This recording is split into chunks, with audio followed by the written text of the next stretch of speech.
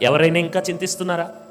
ఎవరైనా ఇంకా ఆందోళనలో ఉన్నారా? ఈ మాటలు వింటున్నవారు, లైవ్లో ఎక్కిపిస్తున్నవారు కానీ, ఈ మందిరంలో కూర్చున్నవారు కానీ, do you have any anxiety, any fear about your future? నీ భవిష్యత్తుని గురించి ఏమైనా బెంగ, భయం నీకుందా? దేవుడు నమ్మదగినవాడు. అమ్మా, నువ్వు ఏ కోర్స్ తీసుకున్నా, ఎక్కడున్నా, ఏ కాలేజీలో జాయిన్ అయినా, దేవుడు నీతో ఉంటే you don't need to fear for anything. నువ్వు దేని గురించి ఆందోళన చెందని అవసరం లేదు. You don't need to worry for anything. నువ్వు ఏ ఫీల్డ్లో ఉన్నా, చేపలు పట్టుకునే ఫీల్డ్లో ఉన్నావా, దాంట్లోనే సూపర్ చేస్తాడు.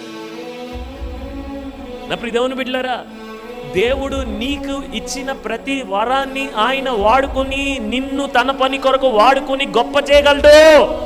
ఆయన నమ్మదగిన దేవుడు. నిన్ను పిలిచినవాడు, నన్ను పిలిచినవాడు, మనల్ని రక్షించిన మన రక్షకుడు నమ్మదగినవాడు. నమ్మండి, మీ ప్రతి ఆందోళన మీకు దూరం అవుతుంది. అప్పుడు ఏమవుతుంది నా పిల్ల భవిష్యత్తు, ఏమవుతుంది నా పిల్లల భవిష్యత్తు, ఏమవుతుంది నా భవిష్యత్తు, ఏమవుతుంది నేను ఈ చదువు చదువుతున్నాను.